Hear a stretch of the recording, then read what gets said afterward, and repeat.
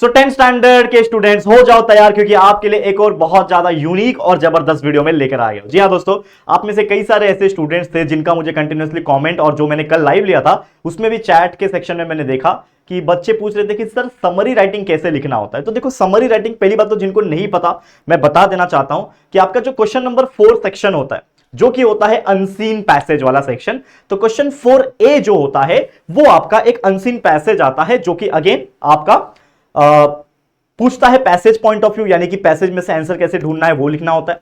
लेकिन जैसे आप आगे बढ़ोगे, क्वेश्चन 4B जब आएगा आपका, तो क्वेश्चन 4B में आपको पूछता है कि ऊपर दिए हुए पैसेज का एक समरी लिखिए 5 मार्क्स का। ठीक है, यानी कि जो अनसीन पैसेज आपको दिया हुआ था, जो पैराग्राफ, जो पैसेज दिया हुआ था, उसी से आपको एक समरी बना के लिखना होता है। तो बेसिक रूल क्या कहता है, पहली बात तो समरी का, तो समरी का बेसिक रूल यह कहता है कि जो भी आपका पैसेज था अनसीन पैसेज, उसका सबसे पहले तो एक आप रीड कीजिए, एक सुटेबल टाइटल आप लिखिए। सुटेबल टाइटल लिखना है और जो मेन बॉडी होगा उसको इस प्रकार से लिखिएगा कि आपका जो समरी बनेगा वो एटलीस्ट उसका 1/3 बनेगा, यानी कि जितना बड़ा पैसेज है उसका एटलीस्ट 1/3 तो होना चाहिए वो। ठीक है, उतना बड़ा समरी अगर आप लिखते हो, यानी इन शॉर्ट कि वो पैसेज ने क्या बताने की कोशिश की थी, मतलब उस पैसेज को आपको रीड करना पड़ेगा, थोड़ा समझना पड़ेगा, और अपने वर्डिंग्स के हिसाब से कुछ थोड़े वर्ड अनसीन पैसेज में से ले सकते हो आप लोग, लेकिन थोड़े वर्डिंग्स के चेंज करके अपने वर्डिंग्स लगा के आपको एक समरी यानी एक छोटा सा पैराग्राफ लिखना है जिसमें वो सारे पैसेज का मीनिंग छुपा होगा। तो चलिए मैं आपको बताता हूं कि किस तरीके से आप ये समरी राइटिंग कर सकते हैं। तो पहले हम चलते हैं क्वेश्चन पेपर पे, और क्वेश्चन पेपर में आपको दिखाता हूं कि अनसीन पैसेज में पूछा क्या था। ठीक है,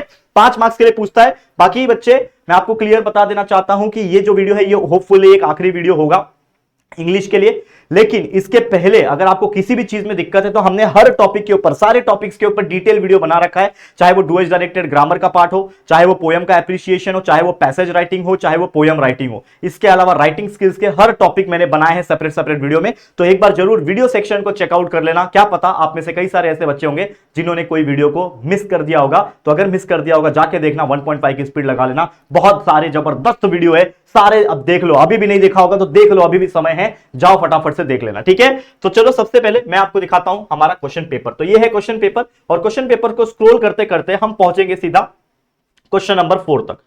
ठीक है, फटाफट से क्वेश्चन नंबर 4 तक पहुंचते हैं। तो ये आगे हम लोग हाथ पे क्वेश्चन नंबर 3 है, ये आगे बढ़ेंगे आगे बढ़ेंगे आगे बढ़ेंगे आगे बढ़ेंगे। ये आ गया हमारा क्वेश्चन नंबर 4। देखो ये आ गया आपका unseen passage, non textual passage, question 4A। तो क्वेश्चन 4A क्या होता है कि read the following passage and do the following activities, जिसमें अगेन आपके जैसे सीन पैसेज में पूछते हैं वैसे ये पैसेज में 5 क्वेश्चन पूछते हैं, 10 मार्क्स का होता है। लेकिन पैसेज कौन सा, ये है कि द टर्म रंगोली। अब देखो आपको पैसेज को रीड करना पड़ेगा, क्योंकि आप क्वेश्चन नंबर 4A नहीं कर रहे हो, आपको सॉल्व करना है ये वाला क्वेश्चन। कौन सा क्वेश्चन, ये वाला क्वेश्चन सॉल्व करना है। देखो यहां पे दिखाता हूं मैं, ये वाला क्वेश्चन सॉल्व करना है। कहां गया क्वेश्चन 4 का बी वाला पार्ट, समरी राइटिंग, दिख रहा है आप लोग को। तो ये समरी राइटिंग को मैं आज बताने वाला हूं आप लोगों को। क्वेश्चन क्या पूछा है कि right A short summary of the passage given in the question 4A, यानी इसके जस्ट ऊपर, यानी जस्ट पहले जो आपको अनसीन पैसेज दिया था उस पैसेज का आपको एक शॉर्ट समरी लिखना है और एक सुटेबल टाइटल लिखना है। 5 मार्क्स का ये कंटेंट है। ठीक है, तो चलो सबसे पहले पैसेज को रीड करते हैं और समझने की कोशिश करते हैं, फिर आपको मैं दिखाऊंगा कि आंसर कैसे लिखना है। चलो तो मैं क्या करता हूं, सबसे पहले इस पैसेज को जो है वो रीड करता हूं। लेट्स से क्या बोल रहा है कि the term rangoli is derive from the रंग, यानी कि जो रंगोली कलर है, यानी रंगोली जो टर्म है वो रंग से डिराइव हुआ है, यानी कलर से डिराइव हुआ है। तो रंग यानी कलर, और आवली का मतलब होता है रो ऑफ कलर्स, यानी बहुत सारे ढेरों रंग का त्योहार को ही हम रंगोली कहते हैं। ठीक है ना, और रंगोली एक एज ओल्ड ट्रेडिशनल फोल्क है। ठीक है, डन अक्रॉस इंडिया, इंडिया में होता है। The term rangoli refers to design made by colourful pattern. हम लोग होली में, दिवाली में और अलग अलग ऐसे पता नहीं कितने अलग अलग फेस्टिवल्स होते हैं अलग अलग रिलीजियंस में, उसके हिसाब से हम रंगोली निकालते हैं। करेंगे मतलब रंगोली खुद का एक फेस्टिवल तो नहीं है, लेकिन फेस्टिवल्स में रंगोली बनाया जाता है। ठीक है ना, बहुत सारे कंट्रीज में डिजाइन बनाया जाता है दीवारों के ऊपर, कुछ लोग सीलिंग्स के ऊपर बनाते हैं, कुछ फ्लोर्स के ऊपर बनाते हैं, अलग अलग मेथोडोलॉजी होते हैं। ये डिजाइन ज्योमेट्रिक भी हो सकते हैं, मतलब एकदम ज्योमेट्रिक शेप के हो सकते हैं, सिमेट्रिकल भी हो सकते हैं, या फिर कुछ और एलिमेंट जैसे फ्लावर बर्ड्स के भी हो सकते हैं।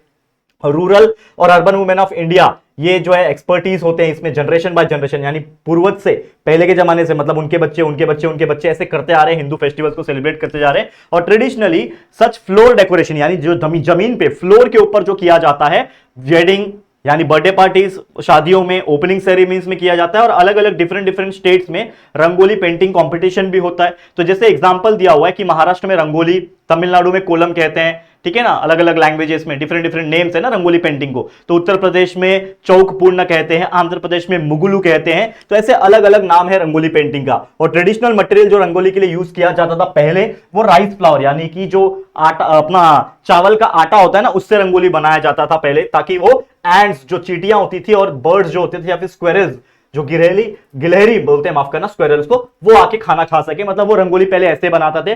तो इवन राइस के आटे को या फिर राइस को कलरफुल करके भी बनाया जाता था, ठीक है, ताकि वो अच्छे से कलरफुल दिखे।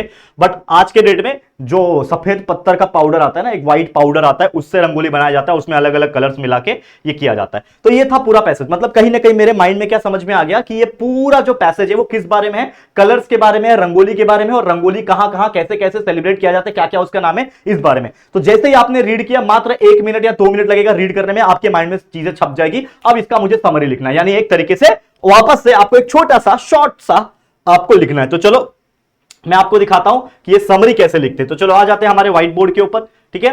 अब क्वेश्चन ये था आपका, ये क्वेश्चन था कि राइट ए शॉर्ट समरी। माइंड में है मेरे, मैंने पैसेज को रीड कर लिया, मेरे माइंड में आ गया कि वो पैसेज किस बारे में। अब फटाफट से मैं क्या करूंगा, मेरा समरी लिखूंगा। तो यहां पे देखो ऑलरेडी मैंने समरी आपके लिए लिख कर लाया है, बस आपको एक्सप्लेन कर देता हूं और क्या क्या ट्रिक्स यूज हुए इसमें मैं आपको बताता हूं। तो जैसे कि आपने ये पूरा का पूरा पैसेज पढ़ा, अनसीन पैसेज पढ़ा, तो आपको एक टाइटल देना था। तो टाइटल किस बारे में है, रंगोली के बारे में है, ठीक है ना। तो मैं या तो टाइटल लिख दूंगा कि रंगोली, ठीक है ना, इंडिया कलर, ऐसा लिख सकता हूं, या फिर traditional art of colour rangoli. तो जो भी आपको सुटेबल टाइटल लिखे, हर व्यक्ति आपके क्लास में अगर मान लो 50 बच्चे बैठे हैं तो 50 के 50 लोगों का टाइटल अलग अलग हो सकता है और 50 के 50 का आंसर राइट भी हो सकता है, याद रखना। तो टाइटल जरूरी नहीं है कि जो वो लिख रहा है आप भी वही लिखोगे, हमेशा याद रखना कि टाइटल कुछ भी हो सकता है। The traditional art of rangoli मैंने टाइटल लिख दिया। अब रंगोली क्या है, rangoli is a classical Indian फोल, यानी कि कुछ डायरेक्ट वर्ड्स आप सीधा सीधा पैसेज से उठाओ कि रंगोली एक क्लासिकल इंडियन फोल्क आर्ट है, जो इसका नेम उसको मिला कलर से, यानी रंग से मिला। और अलावी, देखो पूरा सेम लिखा है, अलावी मतलब क्या होता है, लाइन और रो ऑफ कलर्स, तो यानी कि रंग आवली यानी रंगोली। इसके अंदर बहुत सारे वाइब्रेंट पैटर्न्स बनाए जाते हैं, किसके किसके ऊपर, जमीन के ऊपर, वॉल्स के ऊपर, कभी कभी सीलिंग्स के ऊपर, बट मेनली ड्यूरिंग ये फेस्टिवल्स में ही किया जाता है या फिर स्पेशल ओकेजन्स में ही किया जाता है, हर रोज नहीं किया जाता। ये जो ब्यूटीफुल ट्रेडिशन है, ये एक जनरेशन से दूसरे जनरेशन में पास किया जाता है by various name in different states. बहुत सारे अलग अलग राज्य में अलग अलग नाम है, जैसे तमिलनाडु में कोलम है, मुगुला जो है वो आंध्रा में है, ठीक है ना। ये सिर्फ 2 एग्जांपल लिख दिया, बाकी भी लिख सकते हो। उत्तर प्रदेश में क्या था ये लिख सकते हो, क्योंकि मेरे को छोटा लिखना है। फिर अर्लियर टाइम्स में राइस फ्लावर यूज किया जाता है। सारा चीज पैसेज से लिख रहा हूं, बस इसको शॉर्ट में लिख रहा हूं, ठीक है। In earlier times rice flour use किया जाता था ताकि एंड्स, बर्ड और स्क्वेरल आके खा सके। लेकिन आज के डेट में व्हाइट स्टोन पाउडर यूज किया जा रहा है, या फिर सॉ डस्ट यानी कि जो भूसा होता है, ठीक है ना, जो लकड़ी काटते तो भूसा निकलता है ना, उससे भी यूज किया जाता है। वो पैसेज में नहीं था लेकिन हमने एक्स्ट्रा डाल दिया, नहीं भी डालोगे तो भी कोई चलेगा।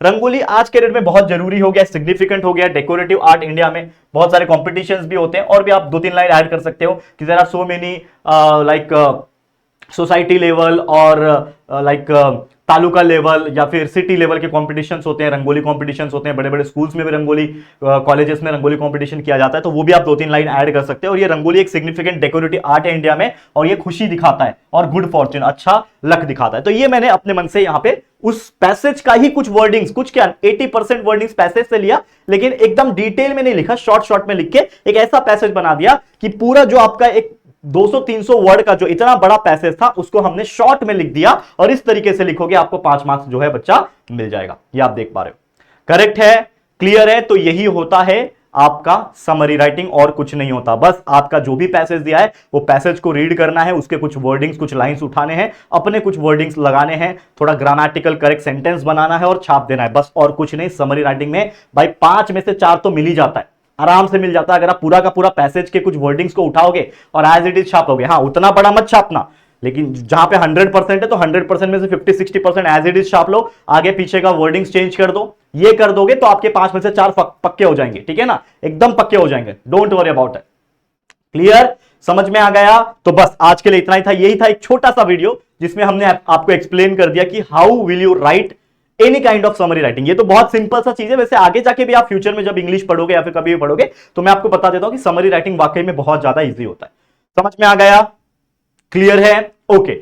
तो अगर ये वीडियो आपको अच्छा लगा है तो क्या करना है, अगेन जैसा हमेशा की तरह मैं बोलता हूं कि यार वीडियो को लाइक कर देना है, शेयर करना, और जितना भी वीडियोस हमने पहले भी बना कर रखे, जैसे मैंने बोला कि अभी आप वीडियो सेक्शन चेकआउट करो कि पिछले 2-3 दिन में हमने आपके लिए रात दिन एक करके काम किया है, बहुत सारे वीडियोस बनाए हैं, हर टॉपिक के ऊपर लाइव भी लिया हुआ है। तो जाके चेकआउट कर लो कि कौन सा चीज मिस हो गया है, क्या आपसे कोई वीडियो तो नहीं गलती से छूट गया आपसे, तो वो वीडियो जाके देख लेना है, भले 1.5 की स्पीड पे लगाओ लेकिन वो देख लो, ठीक है। और देखने के बाद वीडियो को लाइक और शेयर कर देना अपने सभी उन दोस्तों के साथ जिनको जरूरत है। तो प्लीज शेयर टू एवरीवन, और पहली बार चैनल पे आए हो, अभी तक चैनल को सब्सक्राइब नहीं किया है, तो फटाफट से चैनल को सब्सक्राइब करके बेल आइकन को ऑल पे सेट कर देना, ठीक है दोस्तों। चलो फिर जल्दी मुलाकात होगी आपके साथ किसी और नए वीडियो में, तब तक के लिए thank you, take care and good bye.